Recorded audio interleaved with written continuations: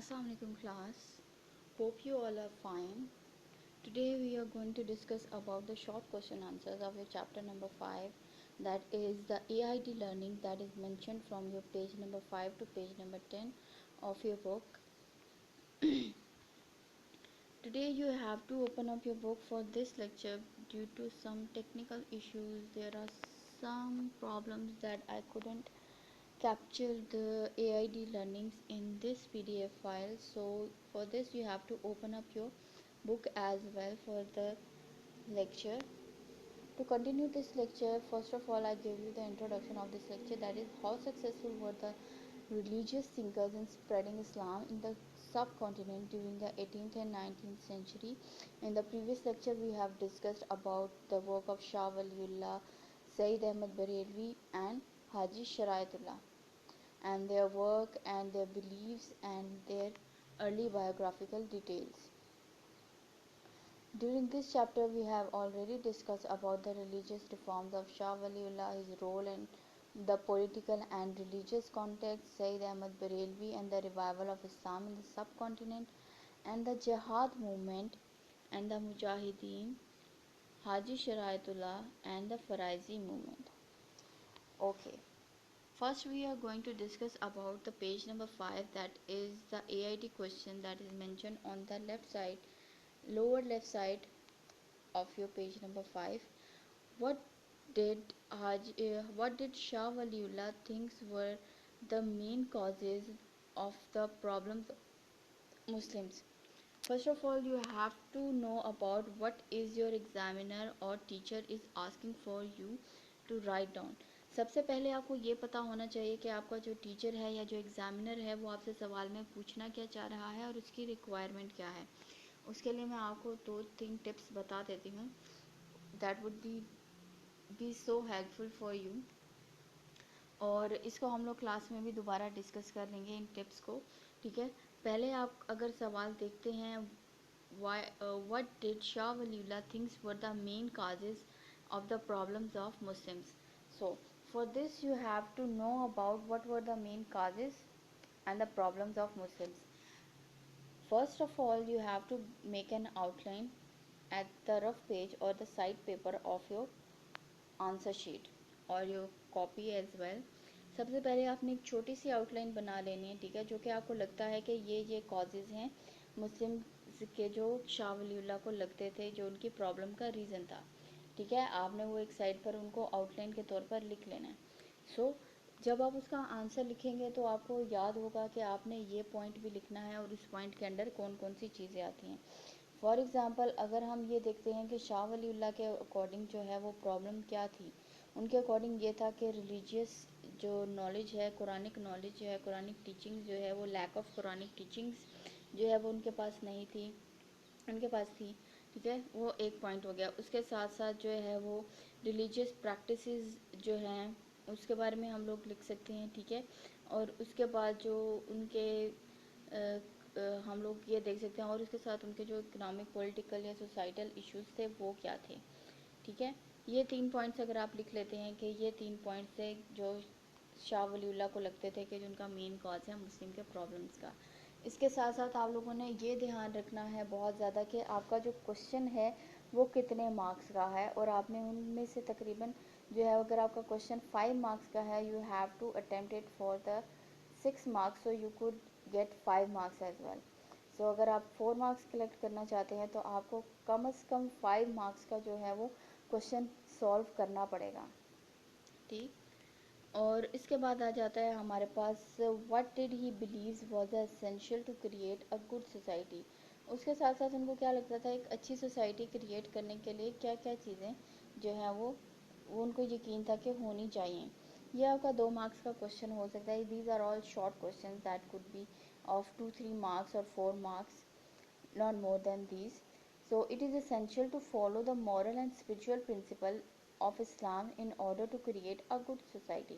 उनके अकॉर्डिंग ये था, वो ये बिलीव करते थे कि इस्लामिक जो है वो टीचिंग्स को, इस्लामिक मॉरल्स को, उनके प्रिंसिपल्स को अगर फॉलो किया जाए तो जो है वो एक अच्छी सोसाइटी बनाई जा सकती है. Moving to the next page, there are also some short question answers.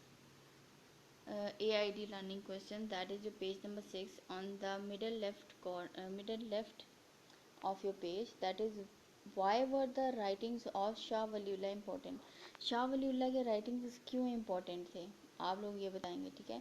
अब हम लोग ये जानते हैं कि शाह वलीउल्लाह जो है वो हदीस के बारे में नॉलेज रखते थे, कुरान के बारे में नॉलेज रखते थे, फ़िक़्ह के बारे में नॉलेज रखते थे, तसव्वुफ़ के बारे में नॉलेज रखते थे, और वो एक बहुत बड़े स्कॉलर भी थे उस अर्ली एज में, ठीक है। और उसके साथ साथ उन्होंने कुरान को ट्रांसलेट भी किया है पर्शियन में, ठीक है। और उसके साथ साथ बहुत सी चीज़ें जो है वो उन्होंने इंट्रोड्यूस करवाई थी अपने टाइम में।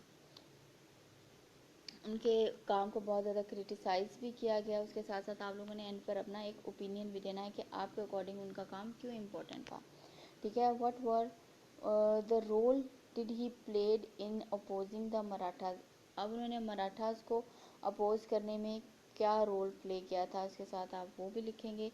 You have to write down all these short question answers as I have know that you have already done this. If you not, so you have to done it by yourself, because I have done it in the class as well. So if someone had missing these questions, so they have to solve or write down these questions on their notebooks without using any black ink on their notebooks. So this could be asked in your mid exams, monthly exams. Moving to the next page, we have two more short question answers on your page number 8. That this is your page number 8. Yes. And there are also two short question answers on the left lower corner on your page number 8. Why was Sayyid Ahmad Barelvi was very suitable person to lead opposition to the British? आपने ये बताना है कि जो सईद अहमद बरेलवी हैं वो opposition, जो britisher opposition है उनको लीड करने में उनका रोल कैसा था और वो सूटेबल क्यों थे, उनके थॉट्स क्या थे और उनकी स्ट्रैटेजी क्या थी। What role did he played in opposing the Sikhs, और क्या रोल उन्होंने प्ले किया सिक्स को अपोज करने में, सिक्स को जो है वो साइड करने में या फिर जो उनको जो है वो डिफीट करने में, ठीक है। Moving to the next page, that is your page number 9, and we have Haji Sharaitullah and only one question that is almost lower middle of your page number 9, that is AID learning 2. Why was Haji Sharaitullah's movement called Faraizi movement?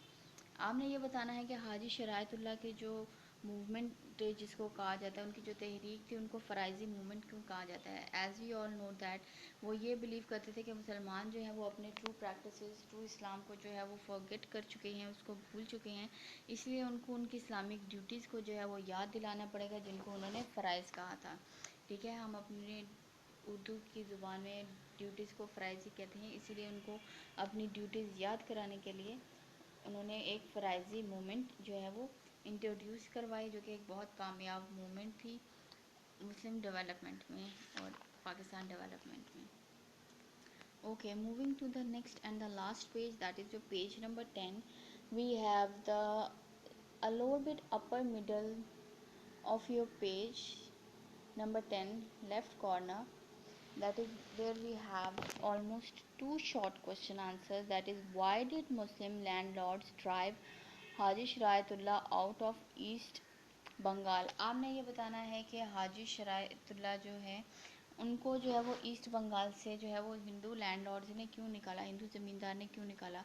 हम जानते हैं कि जो हिंदू ज़मींदार थे वो मुस्लिम जो farmers थे उनके राइट्स को वो फुलफ़िल नहीं करते थे, उनके राइट्स उनको प्रोवाइड नहीं किए जाते थे, जिसकी वजह से मुस्लिम फार्मर्स जो है वो बहुत ज़्यादा डाउनफॉल में जाते जाते उनके ऊपर बहुत ज़्यादा टैक्सेस है, जिसके अगेंस्ट जो है वो फ़राइज़ी मूवमेंट जो है वो इंट्रोड्यूस कराई गई, और जिससे जो है वो ब्रिटिशर्स और हिंदू लैंडलॉर्ड्स को अपने जो राइट्स हैं, अपने जो उनके सिक्योरिटी है वो उनको ख़तरे में आती हुई नज़र आ रही थी, जिसकी वजह से उन्होंने जो है वो ये कोशिश की कि वो हाजी शरायतुल्लाह को ईस्ट बंगाल से निकाल दें।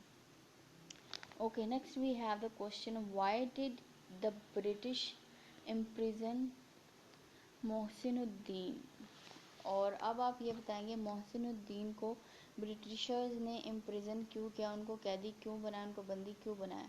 Mohsinuddin opposing to the payment of taxes led to the unrest in the East Bengal, but he went even further and threatened to declare a jihad against the British government. उन्होंने British government के against जहाद का जो है वो ऐलान किया था, क्योंकि जो है वो बहुत ज़्यादा टैक्स जो है वो लगा दिए गए थे ईस्ट बंगाल के फार्मर्स पर और उनको बहुत ज़्यादा धमकाया भी जा रहा था, जिसकी वजह से जो मोहसिनुद्दीन है उन्होंने उसको अपोज़ किया और उनके ख़िलाफ़ जो है वो जो जिहाद का ऐलान कर दिया, जिसकी वजह से ब्रिटिश गवर्नमेंट जो है उन्होंने उनको इम्प्रिजन कर दिया, कैद में डाल दिया.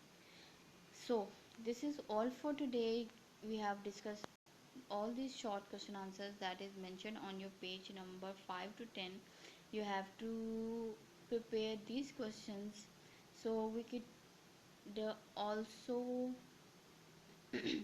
assess in the next class that is held tomorrow, so be prepared for the assessment as well. Assessment, it could be assessment or assignment, or I could give you almost 3 to 6 questions, that you have to write down on your notebook as well. That will be considered as your summer vacation work as already mentioned. So stay blessed, stay healthy, fi amanillah. So be prepared for further short question answer that could be asked between the whole chapter, that is your chapter number 1 from page number 5 to 10. So be prepared for this as well. So again, stay blessed, stay healthy, stay at home, fi amanillah.